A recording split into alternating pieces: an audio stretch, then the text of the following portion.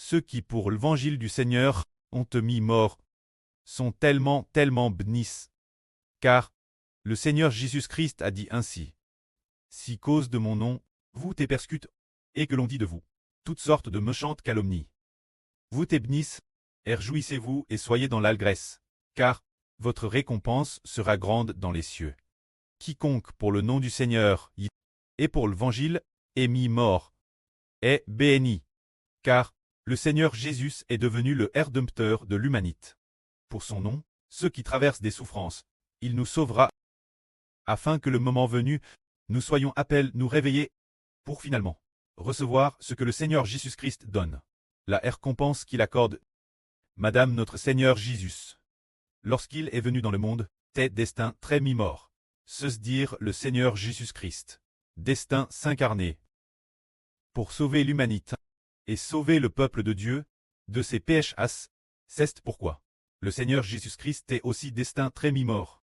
Mais, au début, lorsqu'il a dit de lui-même qu'il serait livré pour très mi-mort, et qu'il ressusciterait le troisième jour.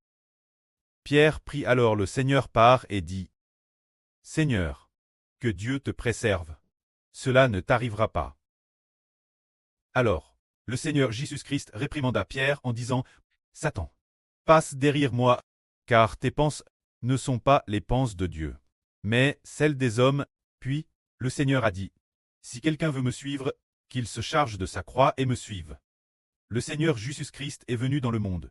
Il était vraiment destin entre mi-mort. Pourtant, lorsque l'épreuve du Seigneur fut terminée, le Seigneur dit, ou plutôt l'approche de l'épreuve, il dit, La femme, lorsqu'elle enfante, prouve de la tristesse, parce que son heure est venue.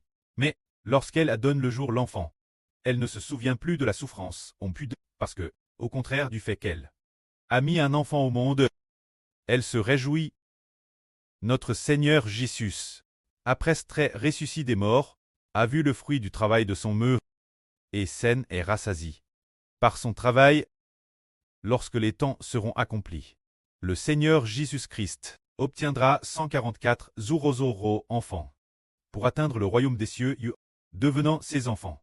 Devenant son épouse, il a aussi obtenu le frère Ashbert, pour trait son fils, et le frère Ashbert, imitant son modèle, a également mis mort, et a gagné encore plus de personnes. Les rachetant pour le royaume des cieux.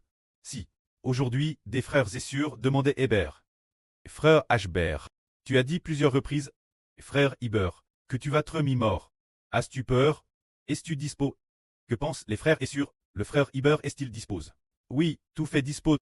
Craignant seulement de ne pas avoir la GRC d'être mis mort, on craint seulement que cette bénédiction ne retombe pas sur soi, c'est ainsi, parce que nous savons tous que Dieu est bon, qu'il est fidèle, que le Seigneur est bon aussi, et fidèle.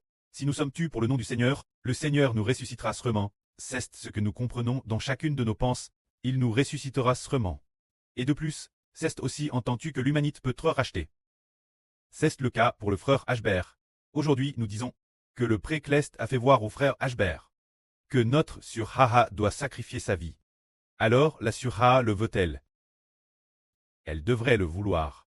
Parce que, si nous ne mourrons pas tous pour l'évangile, soit nous mourrons de vieillesse, soit de maladie, soit de famine, soit de peste, soit de guerre, soit de toutes sortes de causes. De toute façon, nous devons tous mourir. Mais, si nous mourrons pour l'évangile, alors notre mort a de la valeur.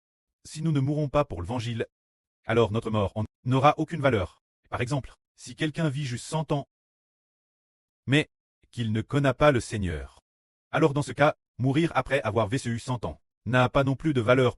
Ou bien si quelqu'un fait le mal, et qu'après avoir fait le mal, un jour Dieu le punit, en le faisant craser par une voiture. Alors, si cette personne meurt crase par une voiture, sa mort a-t-elle de la valeur? Sa mort sera-t-elle enregistre au ciel en disant, pour l'évangile, il a enduré tant de peine? Absolument pas. Ou si quelqu'un ne connaît pas le Seigneur, est séduit par le gouvernement du monde de Satan, s'engage dans l'arme, va sur le champ de bataille, et que sur le champ de bataille, il est par l'adversaire, tue dans un bombardement ennemi, son sacrifice sera-t-il commore par le Seigneur Jésus-Christ? Il ne sera pas commore par le Seigneur. Seul le sacrifice pour le nom du Seigneur est tellement béni.